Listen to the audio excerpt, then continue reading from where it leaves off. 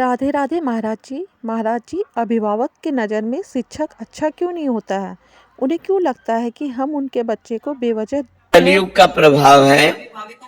ये कलयुग का प्रभाव है। ऐसा नहीं करना चाहिए। ये हम जरूर प्रार्थना करते हैं कि जो अध्यापक हैं उनको बच्चों के साथ पशुता का प्रयोग नहीं करना चाहिए।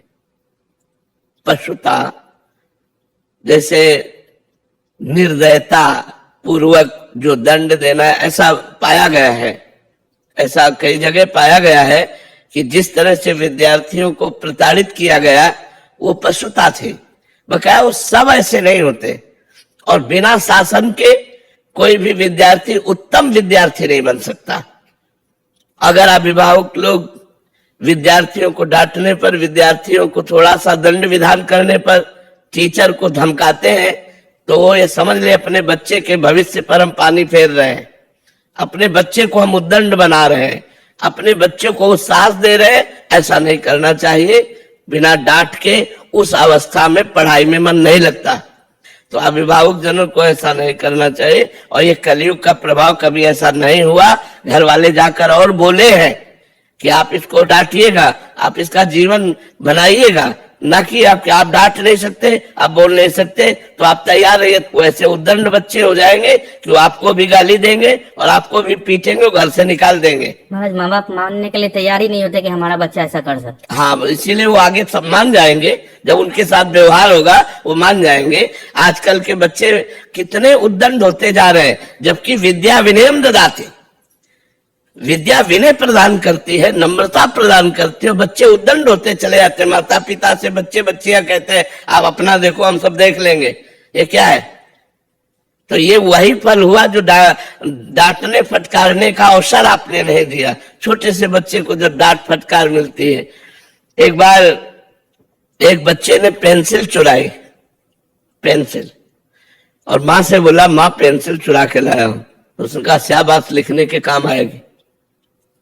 वही चलकर सुल्ताना डाकू हुआ। सुल्ताना डाकू का चरित्र दिखाया था। और जब उसको अंग्रेजों ने फांसी देने की बात कही तो पूछा तुम्हारी आखिरी इच्छा क्या है? तो उसने कहा मुझे मेरी माँ से मिला दो। तो उन्होंने सोचा मात्र प्रेम के कारण। जब माँ मिली तो दांत से नाक काट लिया। तो अंग्रेजों ने पूछा ऐसा क्यों किया? बोले अगर पेंसिल पहली बार चुराई थी और ये थप्पड़ मार देती तो आज मैं फांसी पे न चढ़ता। जिसने कहा बहुत अच्छा। तो मैंने समझा अच्छा कार्य है तो मैं चोरी करने लगा। आज सुल्ताना डाकू हुआ। इतना बड़ा डाकू की फांसी की सजा मिल रही, उसका मूल कारण मेरी माँ है। तो अगर माता पिता बच्चे को शासन नहीं करने देते तो अपने बच्चे के भविष्य को बिगाड़ रहे हैं। पक्की बात। ये आपका ही नहीं, कई अध्यापक प्रिंसिपल आ चुके जो ऐसा प्रश्न कर चुके हैं। तो ये बात जरूर है। हम उन माता पिता से प्रार्थना करते हैं कि जो बच्चों के साथ पशुता का व्यवहार करते हो आप उनका विरोध कीजिए, लेकिन जो बच्चों को धार्मिक और आध्यात्मिक लौकिक शिक्षा में प्रवीण बनाने के लिए कुछ शासन करते हैं, लेकिन हम इस बात का भी विरोध करते हैं कि पशुता का प्रयोग नहीं करना चाहिए। बच्चे हैं, उनको नॉर्मल दंड देना चाहिए। खड़े हो, चलो या खड़े रहो, थोड़ा भय दिखा दिया। अब मार उसको पशु की तरह व्यवहार करना ये ठीक नहीं। कुछ ऐसे होते हैं जो मतलब निर्दयता का, ऐसा नहीं है। बच्चे पढ़ाई में अगर चूक करते हैं तो उनको बहुत मृदु दंड दिया जाता है। कठोर दंड, कोई वो चोर थोड़ी है। अच्छा वो सयाने नहीं है।